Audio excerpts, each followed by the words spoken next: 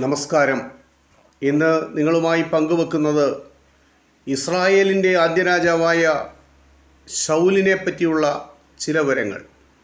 ശൗൽ ദാവീദിനെ കൊല്ലുവാൻ ശ്രമിക്കുന്ന അതിൻ്റെ സംഭവത്തിൻ്റെ ചുരുക്കമാണ്.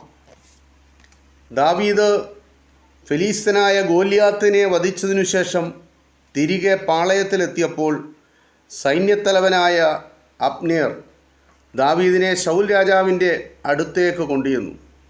ദാവീദിൻ്റെ കയ്യിൽ അപ്പോഴും ഗോലിയാത്തിൻ്റെ തലയുണ്ടായിരുന്നു. ശൗൽ ദാവീദിനോട്, യുവാവേ, നീ ആരുടെ മകനാണെന്ന് ചോദിച്ചു. ഞാൻ ബേത്ലഹേംകാരനായ അങ്ങയുടെ ദാസൻ ശീശായിയുടെ മകൻ ആണ്, ദാവീദ് രാജാവിനോട് മറുപടി പറഞ്ഞു.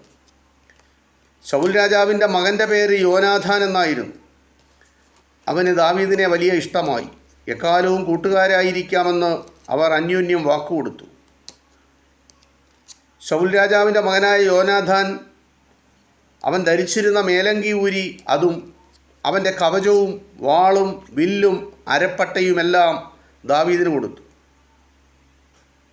ശൗൽ അന്നു മുതൽ ദാവീദിനെ തൻ്റെ കൂടെ താമസിപ്പിച്ചു. തിരികെ ബേത്ലഹേമിലേക്ക് മടങ്ങിപ്പോകാൻ വിട്ടില്ല. ശൗൽ രാജാവിനെ അയച്ച എല്ലാ യുദ്ധങ്ങളും ദാവീദ് ജയിച്ചു.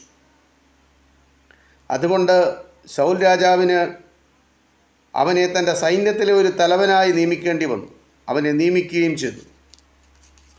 ശൗലിൻ്റെ മറ്റു പടത്തലവന്മാർക്കും ജനങ്ങൾക്കും ഇത് വളരെ ഇഷ്ടമായി. ഗോലിയാത്തിനെ വധിച്ചതിനു ശേഷം ദാവീദ് വീട്ടിലേക്ക് മടങ്ങിപ്പോവുകയായിരുന്നു. സൈന്യവും തിരികെ പോവുകയായിരുന്നു. അപ്പോൾ ശൗൽ രാജാവിനെ എതിരേൽക്കുവാൻ ഇസ്രായേൽ പട്ടണങ്ങളിൽ നിന്നുള്ള സ്ത്രീകൾ ഒരുമിച്ചുകൂടി. അവർ വാദ്യങ്ങൾ വായിച്ചുകൊണ്ടിരുന്നു. സ്ത്രീകൾ ഇങ്ങനെയാണ് പാടിയത്: ശൗൽ കൊന്നത് ആയിരങ്ങളെ, ദാവീദോ പതിനായിരങ്ങളെ. ശൗൽ കൊന്നത് ആയിരങ്ങളെ, ദാവീദോ പതിനായിരങ്ങളെ. ശൗൽ രാജാവിന് ഇതിഷ്ടമായില്ല.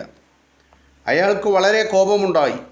ഇവർ ദാവീദിന് കൊടുക്കുന്നതിലും കുറച്ച് ബഹുമാനമേ രാജാവായി എനിക്ക് തരുന്നുള്ളൂ. നാളെ അവർ ഇവനെ രാജാവാക്കും. ഇങ്ങനെ ശൗൽ ദാവീദിനെക്കുറിച്ച് അസ്യാലുവായി. അങ്ങനെ ദാവീദിനെ നിരീക്ഷണം ചെയ്യുവാൻ ശൗൽ രാജാവ് തീരുമാനിച്ചു. അടുത്ത ദിവസം ഒരു അശുദ്ധാത്മാവ് ശൗലിനെ പിടികൂടി. അയാൾ വീട്ടിൽ വെച്ച് ഒരു ഭ്രാന്തനെ പോലെ പെരുമാറുവാൻ തുടങ്ങി. ദാവീദ് കിന്നരം വായിച്ചുകൊണ്ടിരിക്കുകയായിരുന്നു. ശൗൽ രാജാവിൻ്റെ കയ്യിലൊരു കുന്തമുണ്ടായിരുന്നു. ഞാനിവനെ ഭിത്തിയോട് ചേർത്ത് തറയ്ക്കും എന്നിങ്ങനെ മനസ്സിൽ പറഞ്ഞുകൊണ്ട്